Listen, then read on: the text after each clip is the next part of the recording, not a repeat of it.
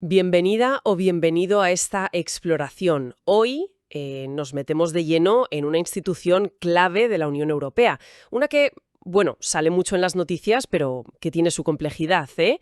El Consejo Europeo. ¿Alguna vez nos hemos preguntado quién mueve los hilos de verdad? ¿Quién marca el rumbo a largo plazo en la UE? Pues sí, es una pregunta pertinente. Para intentar aclararlo, vamos a usar un documento, se titula El Consejo Europeo, Estructura, Funciones y Decisiones. La idea hoy es entender qué es, quién está ahí, qué hace y sobre todo, cómo toma las decisiones, que ahí suele estar el meollo. Exacto, el cómo. A veces lo llaman, fíjate, la jefatura de Estado externa de la Unión. Suena potente, como que está arriba del todo, marcando la pauta. Pero bueno, vamos a ver qué dice nuestra fuente, si es tan así. Vamos a ello. Empecemos por lo básico. A ver, ¿qué es esto del Consejo Europeo? El papel dice que es una de las 7 altas instituciones de la UE. Vale, con sede en Bruselas. Pero, ojo, hace una matización. Está fuera y por encima de la estructura operativa. Y, muy importante, dice que no legisla. Su rol es otro. Claro. Y eso es fundamental para pillarlo bien. Su naturaleza es principalmente intergubernamental.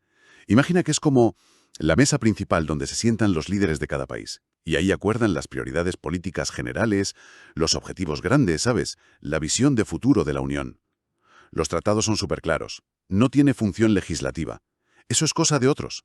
Del Parlamento Europeo, del Consejo de la UE, el de los ministros, vamos. El Consejo Europeo marca el rumbo, pero no escribe las leyes del día a día. Entendido. O sea, no es un parlamento ni un gobierno como tal, ¿vale? Entonces, ¿quiénes son exactamente los que se sientan a esa mesa? Porque eso define mucho su carácter, ¿no? Totalmente. Ahí están los 27 jefes de Estado o de gobierno, los líderes de cada país miembro. Junto a ellos, 2 personas más.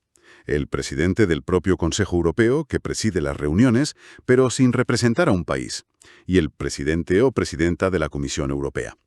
Y también participa, aunque sin ser miembro de pleno derecho, o sea, sin voto, el alto representante para asuntos exteriores, el jefe de la diplomacia europea, digamos. Ah, claro. Esa composición con los líderes nacionales es lo que le da ese toque intergubernamental tan fuerte que decidas. Las decisiones gordas necesitan el sí de los gobiernos. Y veo que el texto dice algo práctico, que si hace falta, cada líder puede llevar a un ministro Mm, y el de la comisión a un comisario. Da flexibilidad, ¿no? justo. Refleja que, aunque mandan los líderes, pues se puede necesitar la opinión de un ministro de Economía, por ejemplo, o de la Comisión. Pero la clave es esa. Es un foro de líderes. Y esto nos lleva a sus funciones que, bueno, van más allá de solo marcar la dirección. Ajá, aquí viene lo interesante, creo, porque el documento habla de unos poderes de nombramiento muy importantes. Por ejemplo, eligen a su propio presidente, Ujú. pero es que además proponen al Parlamento Europeo quién debe presidir la Comisión Europea. Casi nada. Y la cosa sigue, ¿eh? Nombran también al alto representante, eso sí, con el acuerdo del presidente de la Comisión. Y no solo personas sueltas, sino equipos enteros. Nombran a todo el colegio de comisarios, bueno, una vez que el Parlamento ha dicho sí al presidente y al equipo. Y también al Comité Ejecutivo del Banco Central Europeo, incluido su presidente. O sea que, a ver si lo entiendo bien, aunque no hagan leyes directamente, tienen un poder, vamos, decisivo sobre quién va a estar en los puestos clave de las otras instituciones. Exacto. Es un poder más indirecto, pero Tremendo. tremendo. Es un poder de configuración, como dices. Al elegir a la gente que va a liderar la Comisión, la diplomacia, el BCE, pues el Consejo Europeo está moldeando la política de esas instituciones.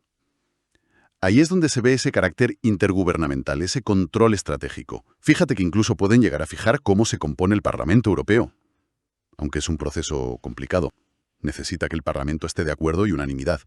Pero sí, su capacidad de nombrar define mucho el quién es quién en la UE.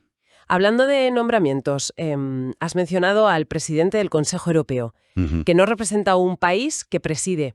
¿Cómo llega a ser presidente y qué hace exactamente? Pues mira, al presidente lo eligen los propios miembros del Consejo Europeo, los 27 líderes, y lo hacen por mayoría cualificada. Su mandato es de 2 años y medio y puede renovar una vez. Y un detalle importante que dice la fuente, no puede tener un cargo nacional a la vez, para asegurar que se dedica a Europa y es neutral. Vale. ¿Y sus tareas? Aparte de llevar las reuniones. Su papel es mucho más que moderar.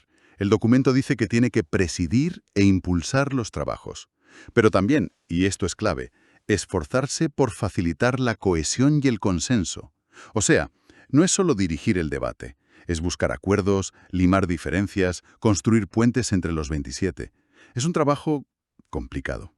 También prepara las reuniones, colabora con la presidencia de la comisión para que todo fluya, y representa a la Unión fuera, en cumbres con otros jefes de Estado, en temas de política exterior y seguridad, sin quitarle competencias al alto representante, claro. Entiendo. Es como un facilitador de consensos y la cara de la UE a ese nivel. Y veo que el texto dice que después de cada cumbre el presidente informa al Parlamento Europeo. Hay cierta rendición de cuentas. Sí, es un vínculo importante con los eurodiputados, con la ciudadanía al final. Y para hacer todo esto, pues no está solo, ¿eh? Tiene el apoyo de la Secretaría General del Consejo, colabora con la presidencia rotatoria del Consejo de la UE, la de ministros, y con el Consejo de Asuntos Generales, que es quien prepara las reuniones de los líderes. Bien, vale. Tenemos la composición, las funciones de nombrar y dirigir, el papel del presidente. La gran pregunta ahora es, ¿cómo se ponen de acuerdo 27 líderes, con intereses a veces distintos? ¿Cómo toman las decisiones? Pues aquí llegamos al corazón del asunto. Y quizá lo más debatido. La regla general, lo dice claro la fuente, es el consenso. Se reúnen normalmente 2 veces por semestre. Su presidente los convoca. Aunque bueno, si hay lío pueden hacer reuniones extraordinarias, cosa que ha pasado bastante últimamente, con tanta crisis. ¿Consenso? O sea, buscar un acuerdo general sin votar formalmente. Vale. Pero, ¿y si no se ponen de acuerdo? ¿Siempre se llega a consenso? Buena pregunta.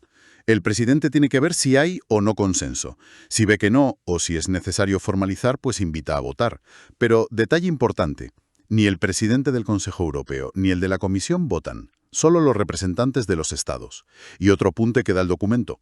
El presidente del Parlamento Europeo suele ir al principio de la reunión, expone la posición del Parlamento y luego se va, no delibera. Al final, lo que acuerdan se publica en las conclusiones de la presidencia. Pero claro, el consenso entre 27 debe ser difícil a veces. ¿Qué pasa con los temas más delicados? Ahí está la clave. Y la fuente reconoce una tensión. Para algunas áreas muy sensibles el texto menciona justicia interior, inmigración, finanzas, como los presupuestos a largo plazo, política exterior y cosas clave de la ampliación a nuevos miembros. Los tratados exigen unanimidad. ¿Unanimidad? O sea, que los 27 tienen que estar de acuerdo, o al menos no oponerse. Ni uno solo. Exacto. Y aunque se entiende la lógica, ¿no? Son temas que tocan la soberanía, pues la propia fuente admite, así abiertamente, que esto se ha convertido en un freno. Dice que ralentiza las decisiones, que a veces impide que la UE actúe rápido o con fuerza. Es una paradoja, ¿sabes? Buscas la máxima unidad, pero el sistema para lograrla te puede llevar a la parálisis. O acuerdos de mínimos. Una tensión complicada esa, entre querer que todos estén a bordo y la necesidad de ser ágiles. Pero has dicho que no siempre es consenso o unanimidad, que hay excepciones, que a veces se vota con otras reglas. Correcto. Los tratados prevén otros 2 sistemas de voto para cosas concretas del Consejo Europeo. Primero, la mayoría cualificada. Esta se usa solo cuando lo dicen los tratados para decisiones específicas, como por ejemplo, elegir a su presidente o proponer al de la comisión. ¿Y cómo funciona? Pues es una doble mayoría. Necesita el voto a favor de al menos el 55% de los países, ahora serían 15 de 27, y que esos países sumen como mínimo el 65% de la población de la UE. Entiendo. O sea, doble requisito, número de países y peso de la población. Busca un equilibrio, ¿no?, entre la igualdad de los estados y su tamaño. Y veo que hay como un seguro, la minoría de bloqueo. Si se oponen al menos 4 países, que sumen más del 35% de la población, la decisión no sale. Justo. Es un sistema pensado para que haya un respaldo amplio, tanto en países como en población. Vale. Y el tercer modo de votar, que dice la fuente, es la mayoría simple. ¿Y esta para qué? Pues esta es para cosas muy puntuales, de procedimiento interno, básicamente, como aprobar su propio reglamento. Se calcula fácil, la mitad más 1 de los que votan. Como el presidente del Consejo y el de la Comisión no votan, pues serían 14 de los 27 líderes. ¿Queda claro? consenso general, unanimidad para lo sensible con riesgo de bloqueo, mayoría cualificada para nombramientos y cosas específicas y mayoría simple para trámites. Pero, y esto es súper importante, no hay que confundir esto con cómo se aprueban las leyes normales de la UE, ¿verdad? Fundamental. Fundamental esa distinción. Lo dijimos al principio y la fuente lo recalca. El Consejo Europeo no legisla, marca la estrategia, las líneas generales. El proceso de hacer leyes, las directivas, los reglamentos, eso es cosa de otras dos instituciones, principalmente. El Parlamento Europeo y el Consejo de la UE, el de los ministros. Es como un sistema de dos cámaras. Y la Comisión Europea es la que suele proponer las leyes. Ahí sí se usa mucho la mayoría cualificada. Pero es otro proceso distinto. Son roles diferentes, ¿sabes? El Consejo Europeo dice, vamos para allá. Y el Parlamento y el Consejo de la UE construyen la carretera legal para llegar, con la Comisión dibujando el mapa. Perfecto, pero que esa distinción es clave. Entonces, si tuviéramos que resumir qué es y cómo funciona el Consejo Europeo, basándonos en lo que hemos visto, es como la brújula estratégica de la UE, formada por los líderes de cada país, con un poder muy fuerte para nombrar a gente clave en otras instituciones. Funciona buscando el consenso, pero tiene reglas de voto, unanimidad, cualificada, simple, para casos concretos. ¿Y esto, en la práctica, qué significa? Pues, en la práctica significa que tienes una institución pensada para buscar acuerdos políticos al más alto nivel. Un equilibrio constante entre los intereses de 27 países y los objetivos de todos. Su poder real está ahí, en fijar la agenda a largo plazo, en decidir las grandes líneas políticas que luego guiarán todo lo demás. Y, como hemos visto, en elegir a los líderes de otras instituciones. Eso es, potentísimo. Se diferencia mucho del trabajo de hacer leyes cada día, o de gestionar, que eso lo hacen otros. Digamos que es donde se concentra la voluntad política de los estados para tirar del carro europeo, o para frenarlo a veces. Lo interesante es ver cómo esa dinámica entre los líderes, esa búsqueda de consenso, o la dificultad para encontrarlo, pues marca el camino de toda la Unión. Pero espero que bastante clarificadora. En una institución vital, pero que no siempre se entiende bien. Hemos visto su estructura, quiénes están, qué hacen y, sobre todo, cómo deciden, gracias a la fuente que teníamos. Y justo sobre eso último, sobre cómo deciden, sobre esa tensión entre consenso-unanimidad y la necesidad de actuar. Queda una reflexión interesante en el aire, algo que la fuente como que insinúa. Si se admite que la unanimidad, aunque busca proteger intereses vitales, a menudo es un freno. ¿Cómo podría cambiar el Consejo Europeo para responder mejor a las crisis? O a procesos tan gordos como la ampliación, donde la unanimidad sigue siendo necesaria en pasos clave. Eso plantea una cuestión muy de fondo, ¿no? Sobre el futuro de cómo se gobierna Europa. ¿Cómo equilibras el respeto a cada país, que se refleja en la unanimidad, con la necesidad de que Europa actúe unida de forma eficaz y rápida, sobre todo en el mundo de hoy? Es la gran pregunta, sí. No hay respuestas fáciles, está claro. Pero entender cómo funciona hoy el Consejo Europeo, con sus puntos fuertes y sus tensiones internas, es el primer paso para pensar en cómo podría evolucionar. Sin duda. Un tema crucial para seguir dándole vueltas, para entender no solo cómo funciona la UE, sino hacia dónde puede ir. Hasta nuestra próxima exploración.